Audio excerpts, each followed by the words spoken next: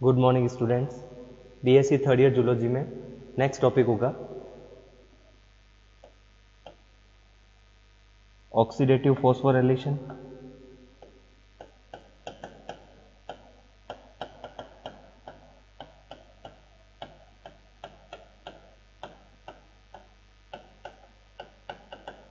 या जिसे कहा जाता है ऑक्सीकारी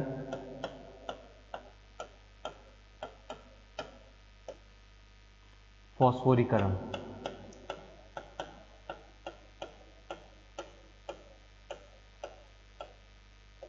ऑक्सीडेटिव फॉस्फोराइलेशन या जिसे कहा जाता है ऑक्सीकारी फॉस्फोरीकरण। इस प्रकार के प्रोसेस में यह इसके अंदर कह सकते हैं जो प्रोसेस होता है इसके द्वारा एटीपी का निर्माण होता है।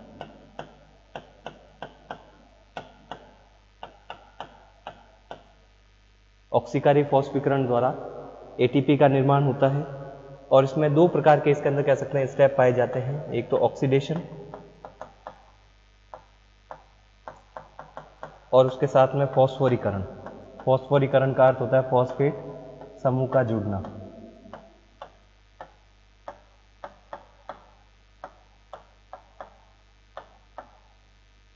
तो कहा जा सकता है कि इसके अंदर ऑक्सीकारी फॉस्फोरीकरण में पहले ऑक्सीडेशन होता है, उसके बाद फॉस्फेट ग्रुप इसके अंदर पर्टिकुलर इसके अंदर कह सकते हैं मॉलिक्यूल पर जुड़ता है। इस कारण इसके अंदर कह सकते हैं एटीपी का निर्माण होता है, जिससे इसके अंदर कह सकते हैं ऑक्सीकारी फॉस्फोरीकरण कहा जाता है। तो जैसे इसके अंदर ग्लाइकोलाइसिस और पिछली क्लासेस में जैसे आपको बताया गया था क्रेब्स साइकिल, इसमें NADH का निर्माण होता है, FADH का निर्माण होता है। NADH का जो निर्माण होता है उसके द्वारा 3 ATP बनते हैं और FADH का निर्माण होता है उसके द्वारा 2 ATP बनते हैं। तो इसमें दो अलग अलग इसके अंदर कह सकते हैं मॉलिक्यूल जो हैं, इसमें ATP या इसके अंदर कह सकते हैं एडिनोसिन ट्राइफॉस्फेट इसके अंदर जो बनते हैं उसकी संख्या अलग अलग क्यों होती है, कंप्लीट इसके अंदर कह सकते हैं आपको इस प्रोसेस के अंतर्गत बताएंगे। तो इसमें मुख्य रूप से जो इसके अंदर सबस्ट्रेट कार्य जो करता है वो ADP होता है और यह इसके अंदर ऑक्सीकारी फॉस्फोरीकरण को नियंत्रित करता है, कंट्रोल करता है, क्योंकि एडिनोसिन ट्राइफॉस्फेट इसके अंदर कह सकते हैं जिसे ATP कहा जाता है, इसका निर्माण जब ADP से होता है, क्योंकि सबस्ट्रेट यहाँ पर जो है वो ADP होता है और प्रोडक्ट जो बनता है वो ATP होता है। तो केवल इसके अंदर फॉस्फेट ग्रुप को ऐड किया जाए ADP प्लस इसका इनऑर्गेनिक फॉस्फेट, एक फॉस्फेट ग्रुप यदि ADP से ऐड कर दिया जाए तो ATP का निर्माण हो सकता है। लेकिन इस प्रोसेस के लिए इसके अंदर कह सकते हैं किस प्रकार की मैकेनिज्म की आवश्यकता होती है, नेक्स्ट आपको बताते हैं। इस प्रकार की जो क्रियाविधि इसके अंदर पाई जाती है मुख्य रूप से ऑक्सीकारी जो फॉस्फोरीकरण पाया जाता है माइटोकॉन्ड्रिया,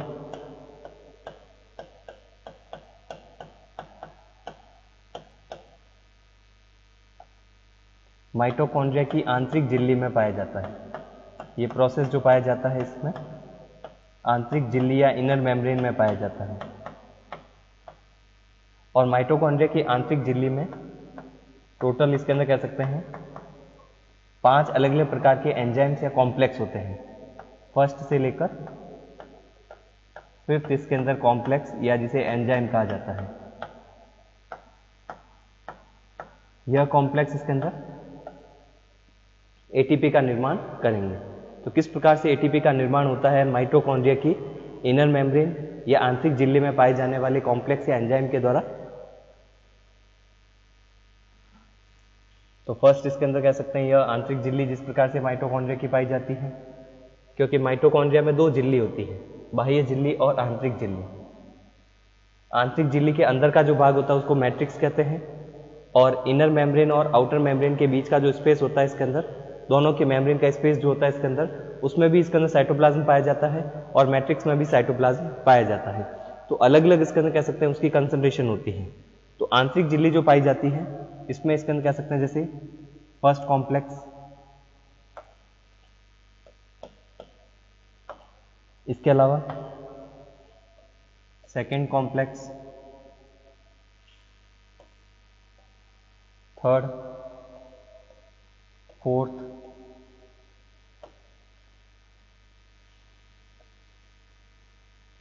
इसके अलावा फिफ्थ कॉम्प्लेक्स,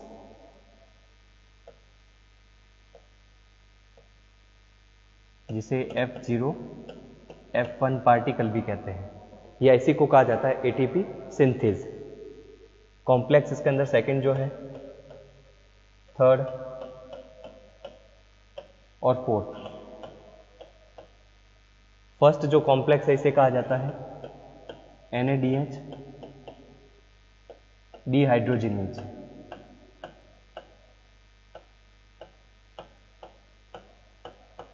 सेकंड इसके अंदर जो कॉम्प्लेक्स होता है उसे कहा जाता है succinate Q reductase. Third complex होता है साइटोक्रोम रिडक्टेज। और फोर्थ जो कॉम्प्लेक्स होता है उसे कहा जाता है साइटोक्रोम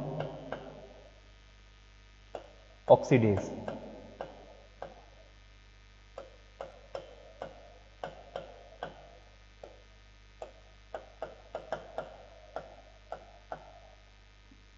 कॉम्प्लेक्स फर्स्ट और सेकंड जो पाया जाता है, इसके बीच में इलेक्ट्रॉन को कैरी करने वाले मॉलिक्यूल भी पाए जाते हैं, जैसे इलेक्ट्रॉन को कैरी करने वाले मॉलिक्यूल पाए जाते हैं जिसे कहा जाता है यूबिक्विनोन।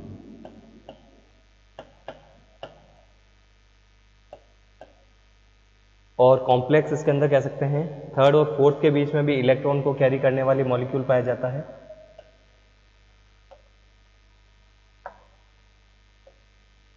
जिसे कहा जाता है साइटोक्रोम सी। कॉम्प्लेक्स थर्ड और फोर्थ के बीच में पाया जाता है, और कॉम्प्लेक्स फर्स्ट और थर्ड के बीच में जो पाया जाता है उसे यूबिक्विनोन कहा जाता है।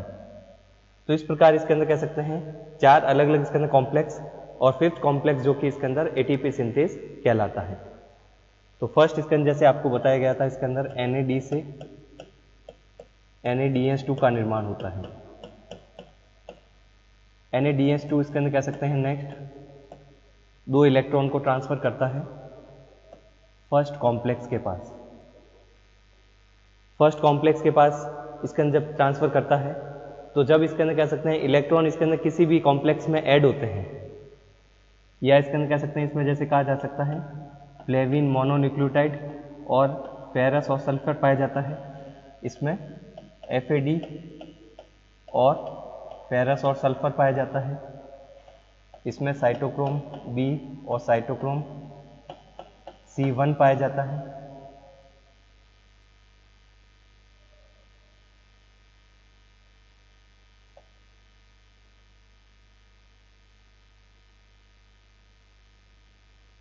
साइटोक्रोम इसके अंदर कह सकते हैं C1 जो पाया जाता है, जैसे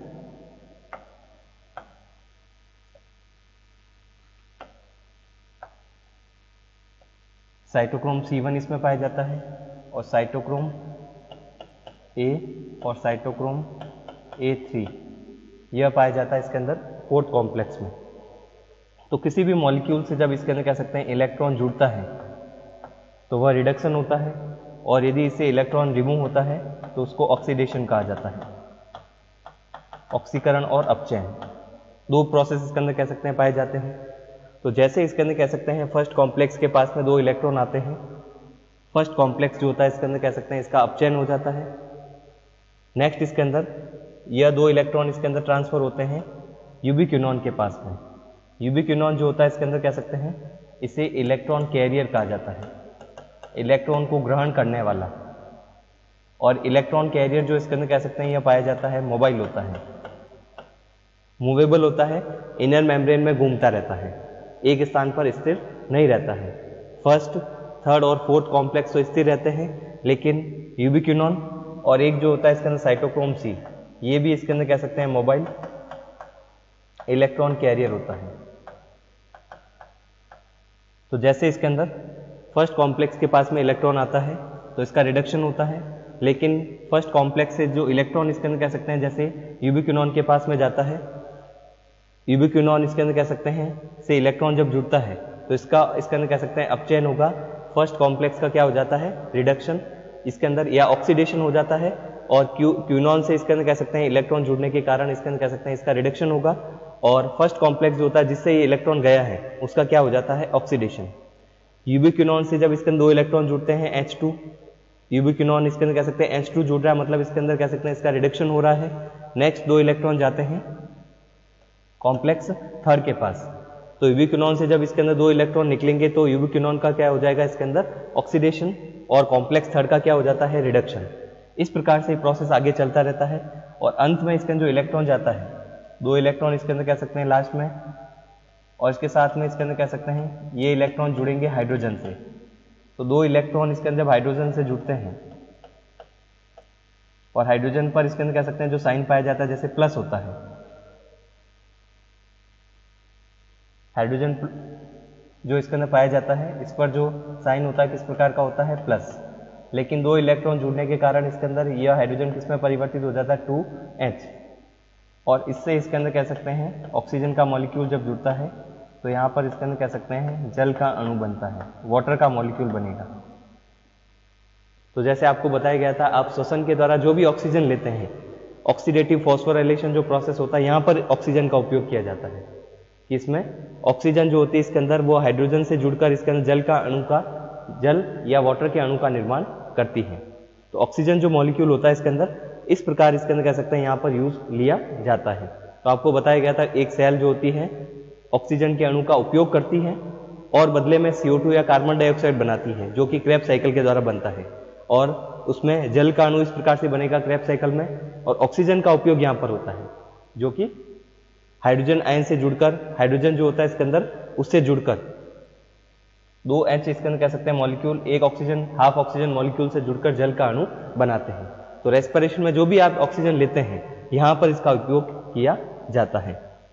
इसके अलावा इसके अंदर कॉम्प्लेक्स इसके अंदर जो फर्स्ट है, जैसे इसमें आपको बताया कि ऑक्सीडेशन और रिडक्शन दोनों प्रोसेस साथ में चलते रहते हैं, जिसमें 2 इलेक्ट्रॉन इसके अंदर जिस भी मॉलिक्यूल से जुड़ते हैं उसका तो रिडक्शन होता है, और जिससे इसके अंदर कह सकते हैं ये मॉलिक्यूल जाते हैं यहाँ से, जैसे फर्स्ट कॉम्प्लेक्स से रिलीज हो गया तो इसका ऑक्सीडेशन हो गया, और अंत में इसके अंदर कह सकते हैं जैसे साइटोक्रोम ऑक्सीडेज जो होता है फोर्थ कॉम्प्लेक्स, इससे इलेक्ट्रॉन हाइड्रोजन के पास में जब जाता है तो साइटोक्रोम इसके अंदर ऑक्सीडेज का क्या हो जाता है, ऑक्सीडेशन। तो ऑक्सीडेशन इसके अंदर कह सकते हैं यहाँ जो ऑक्सीकरण जो पाया जाता है यहाँ पर ऑक्सीडेटिव फॉस्फोराइलेशन में ऑक्सीकरण की क्रिया इस प्रकार से होती है, और जब भी इसके अंदर कह सकते हैं ऑक्सीकरण होगा तो उसके बाद में फॉस्फेट ग्रुप इसके अंदर कह सकते हैं ADP से जुड़ता है। किस प्रकार से जुड़ेगा, जैसे कॉम्प्लेक्स इसके अंदर कह सकते हैं जैसे फर्स्ट, कॉम्प्लेक्स थर्ड और कॉम्प्लेक्स फोर्थ, जहां पर भी इलेक्ट्रॉन इसके अंदर कह सकते हैं जैसे दूसरे मॉलिक्यूल पर ट्रांसफर होता है, ऑक्सीडेशन होता है, उस समय एक प्रोसेस और होता है। नेक्स्ट इसके अंदर क्या होगा ऑक्सीडेशन में, कि इसके अंदर यह इसके अंदर कह सकते हैं मैट्रिक्स, माइटोकॉन्ड्रिया का मैट्रिक्स है, ये इनर मेम्ब्रेन होती है, यहाँ पर आउटर मेम्ब्रेन पाई जाती है, ये जो स्पेस होता है इनर और आउटर मेम्ब्रेन के बीच का स्पेस होता है। तो नेक्स्ट प्रोसेस इसके अंदर कह सकते हैं क्या होता है, ये इसके अंदर कह सकते हैं जो अभी ऊपर बनाई गई है इनर मेम्ब्रेन है, आंतरिक झिल्ली।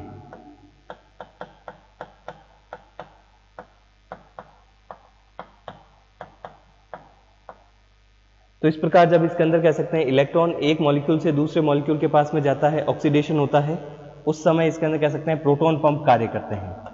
यह जो पाया जाता है इसके अंदर प्रोटॉन पंप, या जिसको इसके अंदर कह सकते हैं H+ पंप भी कहा जाता है।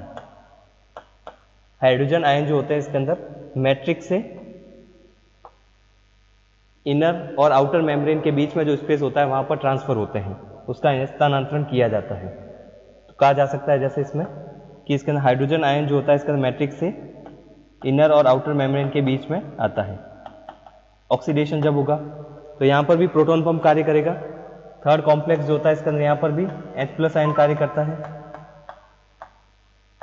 और जो फोर्थ कॉम्प्लेक्स जब इसका ऑक्सीडेशन होता है वहां पर भी हाइड्रोजन पंप कार्य करता है। नेक्स्ट इसके अंदर क्या हो सकता है, हाइड्रोजन पंप इसके अंदर जब कार्य करता है, इसमें जैसे अभी आपको बताया कि इसके अंदर हाइड्रोजन इसके अंदर जो मॉलिक्यूल होते हैं हाइड्रोजन के माइटोकॉन्ड्रिया में मैट्रिक्स से आंतरिक और बाह्य झिल्ली के बीच में जो स्पेस होता है वहां पर स्थानांतरित इनको किया जाता है।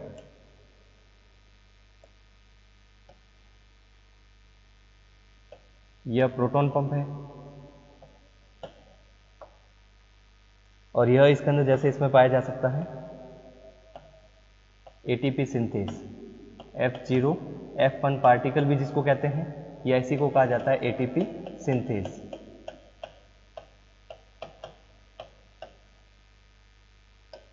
एटीपी सिंथेज जो होता है इसके अंदर,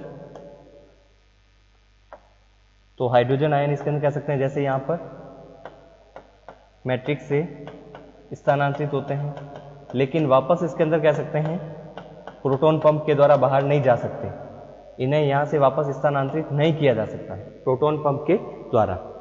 तो इसके अंदर ये जो हाइड्रोजन आयन होते हैं एटीपी सिंथेज या जिसे कहा जाता है F0 F1 पार्टिकल के द्वारा बाहर निकलते हैं। तो F0 F1 पार्टिकल जो होता है इसके अंदर एक प्रकार की मोटर होती है, टरबाइन होती है, जो कि इसके अंदर किसके द्वारा चलती है, हाइड्रोजन आयन के द्वारा ही। इनको किसके द्वारा चलाया जा सकता है, हाइड्रोजन आयन के द्वारा। तो जब हाइड्रोजन आयन इसके अंदर कह सकते हैं इसमें एंटर करेंगे तो ये मोटर रोटेट करती है, और मोटर इसके अंदर कह सकते हैं जब रोटेट करेगी हाइड्रोजन आयन बाहर निकलेंगे, उस समय एडीपी एडिनोसिन डाइफॉस्फेट जो होता है इसके अंदर उससे एक फॉस्फेट ग्रुप जुड़ेगा और वहां पर एटीपी का निर्माण कर देता है। इस प्रकार एटीपी का निर्माण होता है। तो एटीपी का निर्माण इसके अंदर जैसे अभी आपको बताया कि इसका एडीपी से होता है। यदि एडीपी मॉलिक्यूल वहां पर इसके अंदर कह सकते हैं उपलब्ध नहीं है तो एटीपी का निर्माण इसके अंदर कह सकते हैं नहीं हो सकता। तो एडीपी का निर्माण करने के लिए एक फॉस्फेट जो उस पर जोड़ना होता है वह इसके अंदर कह सकते हैं हाइड्रोजन आयन, जब इसके अंदर एटीपी सिंथेज के द्वारा इसके अंदर मूवमेंट होता है इसका, इस कारण इसके अंदर एडीपी से इनऑर्गेनिक फॉस्फेट जुड़ता है। तो जैसे इसमें कहा जा सकता है फर्स्ट जो कॉम्प्लेक्स होता है इसमें जैसे प्रोटॉन पंप कार्य कर रहा है, जिसके कारण मैट्रिक्स से जो हाइड्रोजन आयन इसके अंदर कह सकते हैं दोनों के बीच के स्पेस में आते हैं, और कॉम्प्लेक्स थर्ड में भी हाइड्रोजन पंप कार्य करता है, कॉम्प्लेक्स इसके अंदर फोर्थ में भी हाइड्रोजन पंप कार्य करता है। इस कारण इसके अंदर तीन अलग अलग स्थानों पर हाइड्रोजन पंप कार्य करते हैं, तो बनने वाले एटीपी की संख्या, इसी कारण इसका NADH जो होता है उसके कारण 3 एटीपी बनते हैं। फर्स्ट कॉम्प्लेक्स भी यहां पर भी कार्य कर रहा है, थर्ड कॉम्प्लेक्स में भी इसके अंदर, और इसके अंदर फोर्थ कॉम्प्लेक्स में, 3 अलग अलग कॉम्प्लेक्स में या एंजाइम इसके अंदर कार्य करते हैं। इस कारण इसके अंदर कह सकते हैं 3 अलग अलग स्थानों पर हाइड्रोजन पंप के कार्य करने के कारण एटीपी सिंथेसिस जो होती है इसके अंदर NADH के द्वारा जो होती है केवल 3 एटीपी का निर्माण होता है। नेक्स्ट FAD के द्वारा, FAD के द्वारा 2 ही क्यों होते हैं? FAD के द्वारा जो इसके अंदर कह सकते हैं जो इलेक्ट्रॉन इसके अंदर डायरेक्टली इसके पास ट्रांसफर किया जाता है, इसको क्यूनॉन के पास में। तो जैसे फर्स्ट कॉम्प्लेक्स क्यूनॉन को इसके अंदर इलेक्ट्रॉन देता है, इसी प्रकार से FAD के पास में जो इलेक्ट्रॉन आते हैं, FADH2 जब बनता है तो 2 इलेक्ट्रॉन किस पर ट्रांसफर किए जाते हैं, क्यूनॉन पर। तो क्यूनॉन से इसके अंदर किस पे ट्रांसफर किए जाएंगे, नेक्स्ट इसके अंदर कॉम्प्लेक्स थर्ड पर, कॉम्प्लेक्स थर्ड से साइटोक्रोम C के पास, साइटोक्रोम C से कॉम्प्लेक्स फोर्थ के पास, और ये इलेक्ट्रॉन जाते हैं इसके हाइड्रोजन आयन से जुड़कर जल के अणु का निर्माण करते हैं, ऑक्सीजन के साथ जुड़कर इसके जल के अणु का निर्माण करते हैं। तो यहाँ पर इसके अंदर कह सकते हैं FAD से FES या जिसे कहा जाता है सक्सीनेट क्यू रिडक्टेज जो कॉम्प्लेक्स होता है, इससे जो इसके अंदर कह सकते हैं 2 इलेक्ट्रॉन जाते हैं सीधे क्यूनॉन के पास में जाते हैं, और क्यूनॉन से इसके अंदर साइटोक्रोम इसके अंदर कह सकते हैं रिडक्टेज जो थर्ड कॉम्प्लेक्स होता है उसके पास में जाएंगे। तो यहाँ पर फर्स्ट जो कॉम्प्लेक्स होता है उसका किसी प्रकार का कोई रोल नहीं होता है, पहला जो कॉम्प्लेक्स होता है यहाँ पर यूज नहीं आता है, क्योंकि इलेक्ट्रॉन जो 2 होते हैं सीधे क्यूनॉन के पास में जा रहे हैं, फर्स्ट कॉम्प्लेक्स के पास में नहीं आते हैं, और फर्स्ट कॉम्प्लेक्स के पास में नहीं आएंगे तो इस कारण इसके अंदर कह सकते हैं यहाँ पर पाया जाने वाला प्रोटॉन पंप कार्य नहीं करेगा। तो एक प्रोटॉन पंप इसके अंदर कह सकते हैं कम कार्य करता है FADH में, इस कारण थर्ड और फोर्थ कॉम्प्लेक्स वाला प्रोटॉन पंप ही कार्य करता है। तो इसमें इलेक्ट्रॉन जब इसके अंदर कह सकते हैं साइटोक्रोम थर्ड कॉम्प्लेक्स के पास में आएगा, थर्ड से साइटोक्रोम C के पास जाएगा, तो यहाँ पर भी एक कॉम्प्लेक्स इसके अंदर हाइड्रोजन पंप कार्य करेगा, और फोर्थ कॉम्प्लेक्स में जब इसके अंदर कह सकते हैं ऑक्सीडेशन होगा उस समय भी प्रोटॉन पंप कार्य करता है ऑक्सीकरण होने पर। लेकिन फर्स्ट इसके अंदर कॉम्प्लेक्स वाला प्रोटॉन पंप इसलिए कार्य नहीं करता है क्योंकि इलेक्ट्रॉन डायरेक्टली क्यूनॉन के पास में चले जाते हैं, तो इसका ऑक्सीडेशन या रिडक्शन से कोई भी इसके अंदर कह सकते हैं यहाँ पर इसके अंदर कह सकते हैं कोई भी इसके अंदर कह सकते हैं मीनिंग नहीं होता है। इस कारण कॉम्प्लेक्स थर्ड और फोर्थ प्रोटॉन पंप 2 ही कार्य कर रहे हैं, इस कारण बनने वाले एटीपी की संख्या कितनी होती है, केवल 2 होती है। फर्स्ट कॉम्प्लेक्स इसके अंदर कह सकते हैं उसका उपयोग नहीं होने के कारण। क्योंकि वहां पर फर्स्ट कॉम्प्लेक्स का उपयोग नहीं होगा, और कॉम्प्लेक्स का उपयोग नहीं होता है, इस कारण इसके अंदर कह सकते हैं प्रोटॉन पंप भी कार्य नहीं करता है, और प्रोटॉन पंप भी कार्य नहीं करता है, इस कारण इसके अंदर एटीपी जो बनता है इसके द्वारा, वो एटीपी भी इसके अंदर कह सकते हैं NADH की तुलना में एक कम बनता है।